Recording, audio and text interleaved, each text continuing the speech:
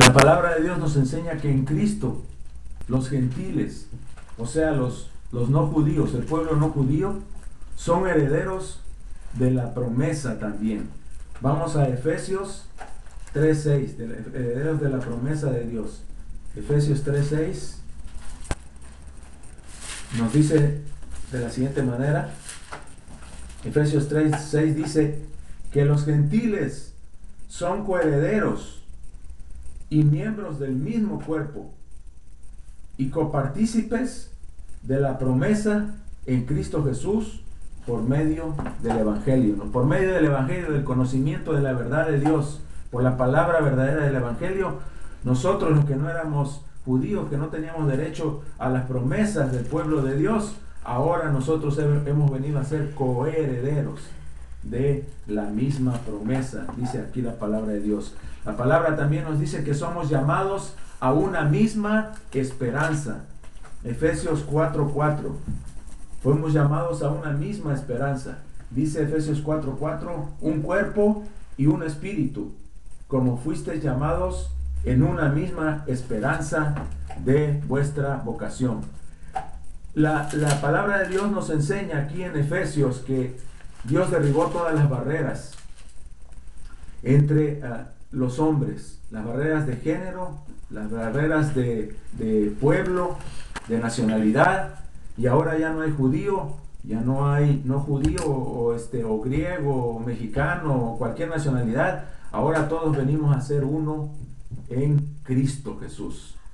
Y todas las barreras han sido derrumbadas ya a través del sacrificio del Señor Jesucristo, y ahora formamos un solo cuerpo. Ese cuerpo de Cristo, la Biblia enseña que es la iglesia.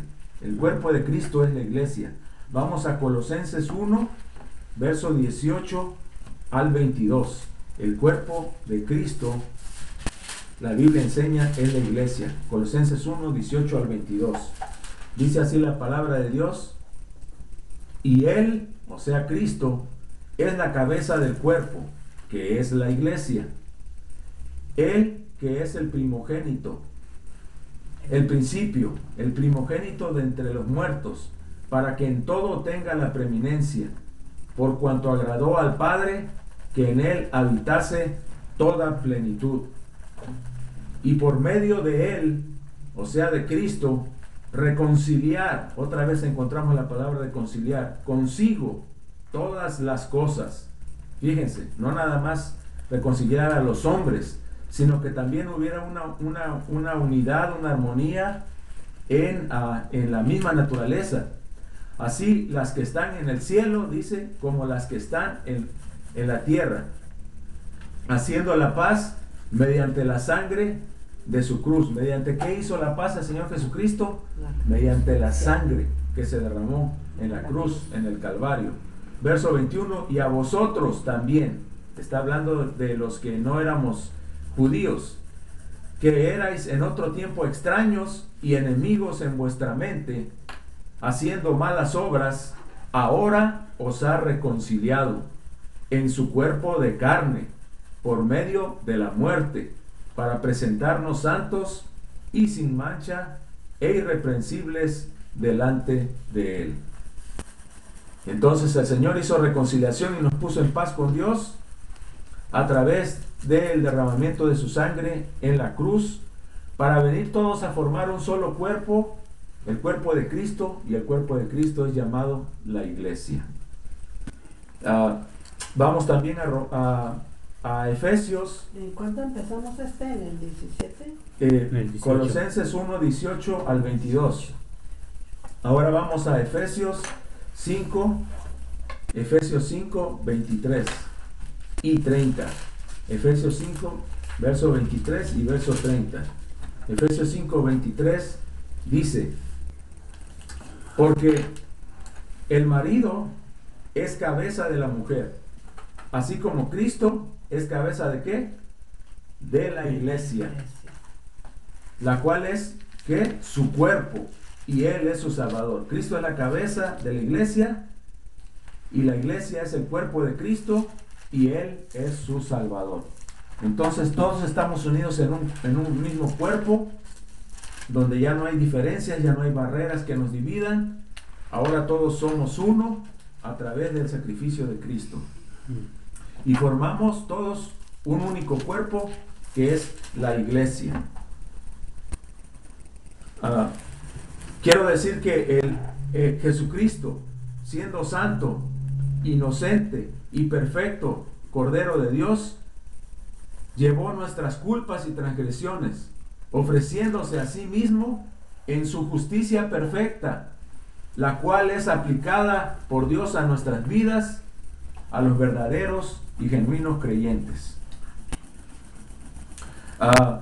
Quiero leer un comentario. Nosotros no tenemos que ser originales. La palabra de Dios ha dado sabiduría a diferentes hombres de Dios, y cuando uno toma un texto que alguien dijo y lo usa para sí mismo, eso se llama plagio. Y nosotros no vamos a plagiar. La palabra de Dios dice una cosa y los comentarios bíblicos dicen otra. Y hay aquí un comentario bíblico de Gill.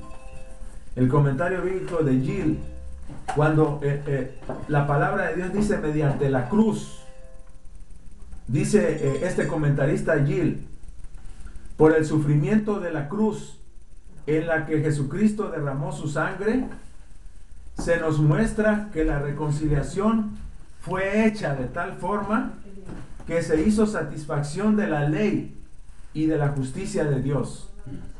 Al llevar Cristo la sentencia de la ley y sufrir el peso de la justicia en la cruz, y expresando la eficiencia de su sangre y sacrificio y la grandeza de su amor. Gloria a Dios. Mire cómo le expresa este hombre. Todo eso pasó ahí en la cruz. La grandeza del amor, la eficiencia de la sangre y el sacrificio de nuestro Señor Jesucristo al sufrir la sentencia de la ley sobre Él mismo y al sufrir todo el peso de la ira de Dios, pagando su justicia en la cruz. Aunque la cruz era una maldición, Dios la usó como un medio de redención.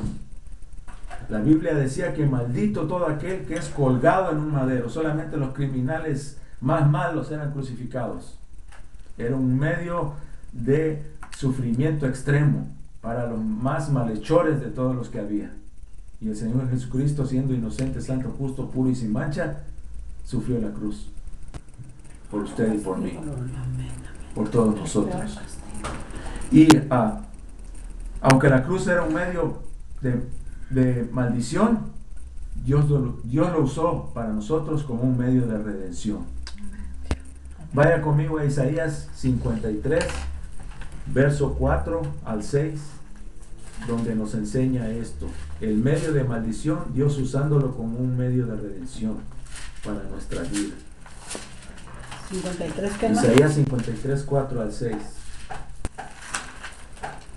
Isaías 53, 4 al 6 dice: ciertamente llevó Él nuestras enfermedades y sufrió nuestros dolores, y nosotros le tuvimos por azotado, por herido de Dios y abatido.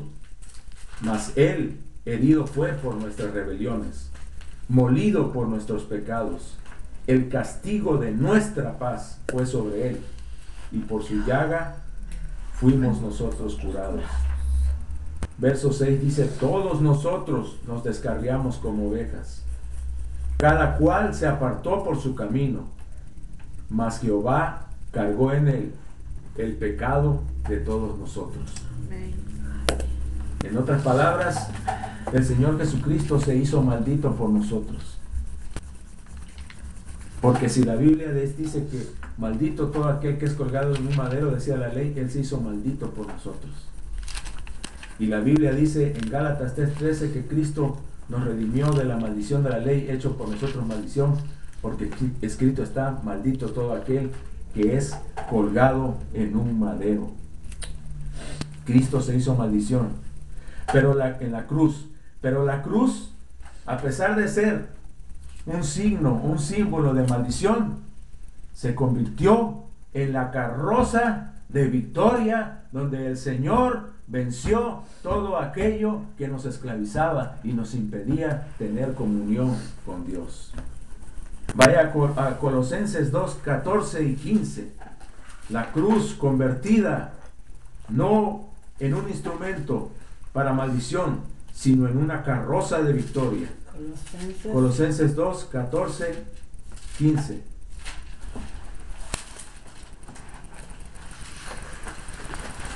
Colosenses 2, 14 y 15 dice,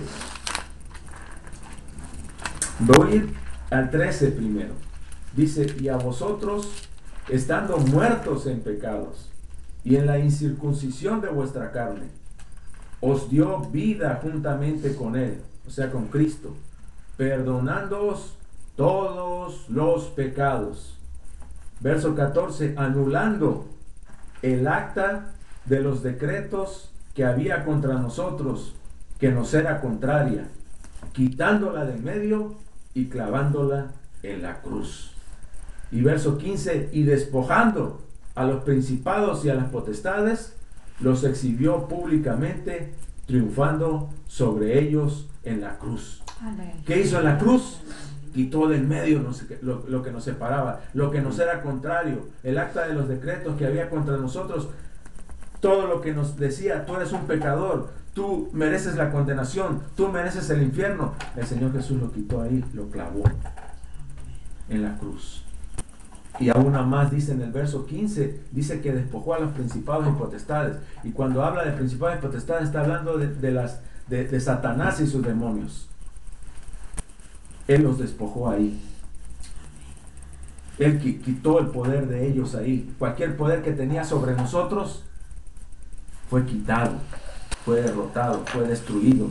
Por eso la Biblia dice también aquí mismo en Colosenses, inclusive puede apuntarlo o ir ahí, Colosenses 1:13, dice, el cual, hablando del Señor Jesucristo, nos ha librado de la potestad de las tinieblas y trasladado al reino de su amado Hijo. Él nos ha librado, Él ha quitado todo dominio y todo poder y toda autoridad que Satanás pudiera tener sobre nosotros o pudiera haber tenido sobre nosotros.